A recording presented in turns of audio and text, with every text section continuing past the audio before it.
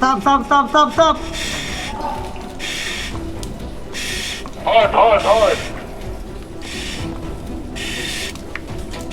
Sir, status.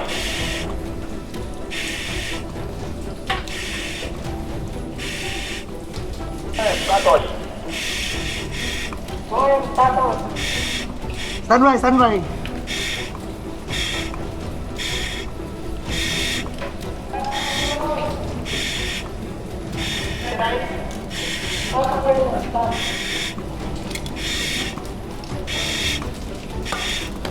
Sir, status.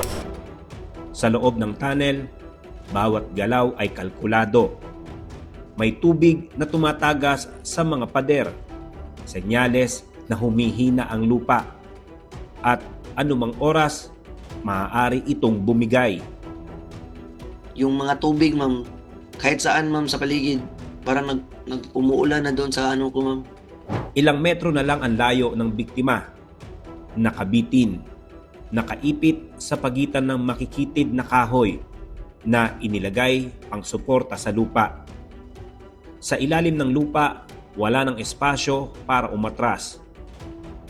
Yung the time na nagdandahan ako nagbaba, ma'am, relax pa ako noon, ma'am, kasi marami naman akong backup na nilagay sa sarili ko, ma'am.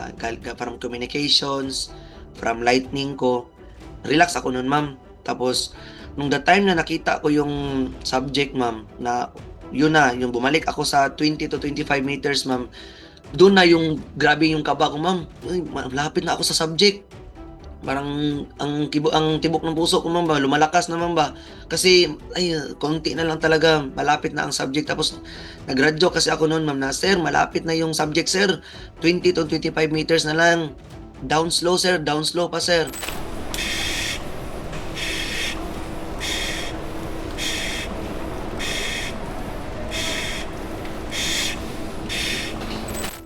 Sampung segundo, ganun katagal na walang sagot mula sa rescuer.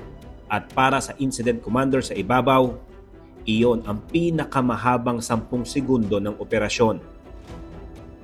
So nag-consume siya ng mga 10 seconds. Doon ako kinabahan na ihahaul ko sana. So yun yung pinaka-crucial ko na time na baka nagkamali ako ng desisyon na pinapasok ko siya doon sa loob.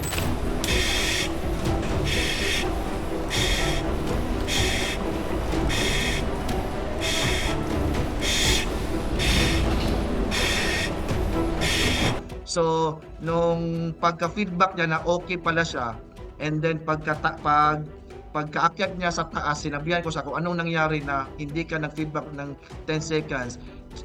Naririnig niya ako, pero chinek muna niya yung surroundings niya, kumbaga. Kasi every time na magbaba, ma'am, gina-monitor ko yung communication namin. Kasi baka merong certain feet doon na hindi kami magkarinigan sa radyo. Kaya time to time, ako lang yung nagsasalita ng radyo, feedback siya, radyo, feedback, radyo, feedback.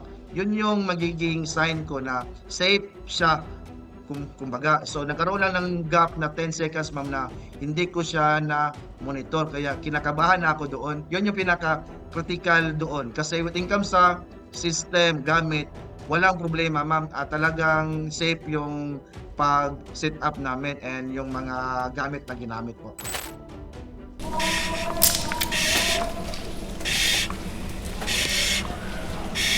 Stop, stop, stop!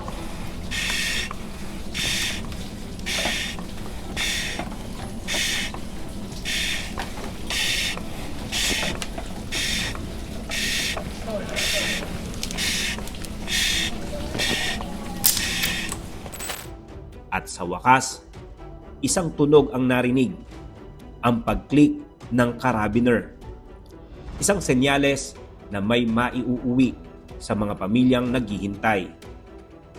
So that time, ma'am, yung kaba ko, minanage ko lang, ma'am. Tapos kinuha ko na agad yung linya ng ma'am, ng para sa pasyente, ma'am.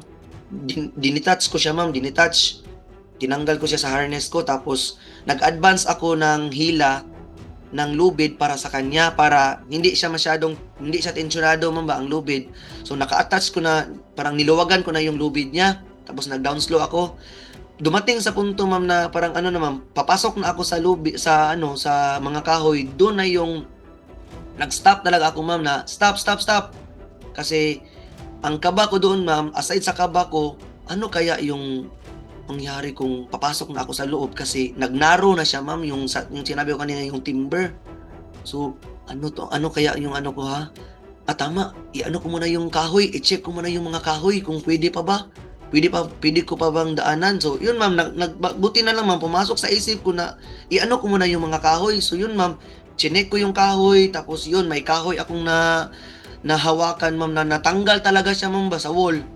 So yun yung dandahan ko siyang nilagay sa gilid ma'am. Pinatong ko lang siya sa isang kahoy rin ma'am ba, para hindi siya makaharang sa akin at hindi ko siya masagi. Tapos 3 kahoy yun ma'am, yung winahing ko ma'am, yung tawag na to, yung parang nilagay sa gilid 3 kahoy. May kawayan pa, may isang kawayan na parang 1 meter, nilagay ko sa gilid, dahan-dahan.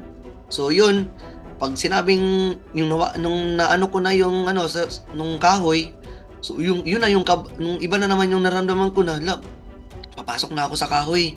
So ano ang dapat ko? So dapat kong habang nagradyo yung si Sir Kibo na status kay natagalan kasi ako kaunti ma'am. So kung pagpasok ko doon, kung kaya ko na siyang ikabit sa linya niya na hindi na kami magkapantay, kung kaya ko na siyang abutin kahit hindi pa kami magkapantay, ilagay ko na yung linya niya. So sige, ako banat na. Sige parang nagkausap ako sa sarili ko ba, nakausap ko yung sarili ko. Sige kaya mo yan nga yun, pag kaya mo nang abutin yung pasyente, iabot mo na agad. Sige ganyan. Yun, nagradyo na ako kay Sir Kibo nga, Sir, down slow sir, down slow. Pero hindi pa tapos ang laban. Dahil sa tunnel na ito, hindi pwedeng sabay na iakyat ang rescuer at ang biktima. Kailangang mauna ang rescuer para gabayan ang katawan palabas ng makitid na lagusan. Stop! Bawat galaw, maaaring magdulot ng pagguho ng lupa. Bawat segundo, maaaring huling hinga na nila. Ang mga biktima, hindi lang basta mga pangalan sa ulat. Sila ay may pamilya, may mga mahal sa buhay, may mga pangarap na naputol sa isang iglap. Parang naiintindihan din nila kung gaano kalalim, kumbaga.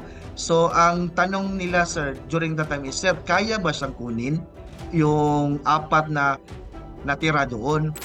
Ilang katawan ang naiahon, ngunit may isa pang naiwan sa kalaliman. At dahil sa patuloy na panganib, napilitan ng tuluyang ihinto ang operasyon. Okay, lado.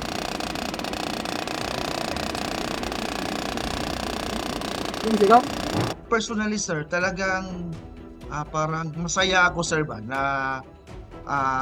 during that time is akala kasi namin kasi most of that time ng confined space na tunnel na namin is medyo out of 10 siguro 5 lang yung rate na may makuha kami sir ba. Ngayon sir is out of 5 may nakuha kaming 4, yung parang yung ang pangit man hindi ko alam kung masaya ba siya or malungkot dahil sa nangyari. Masaya pero kasi nakuha mo sir ba yung mga tao doon, yung parang nag-aabang yung mga tao ba na kaya nila mga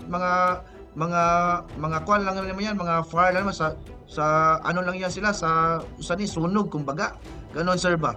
Kasi yun yung feeling sir na hindi ko ipaliwanag kasi yung pagkakuha namin sir ng isa, pumunta kami sa likod na walang masyadong tao. Parang doon kami parang yes, at least na kuha, kasi hindi ka pwedeng magtawanan doon sir na mayroong mga tao. Kasi baka ma-misinterpret nila bakit kami masaya kumbaga. So, nagpunta lang kami sa hindi kami makita ng mga tao, sir, na good job. Magaling, at least nakuha natin, nag-upper kami. Ganon, sir ba? Ganon yung feeling na, ay, at least nakuha natin. Kaya pala natin yun. Sa ilalim ng lupa, may mga taong naghanap ng pag-asa. Pero sa huli, ang isang tunay na yaman ay ang mga taong handang sumuong sa panganib para may maibalik sa pamilyang naghihintay.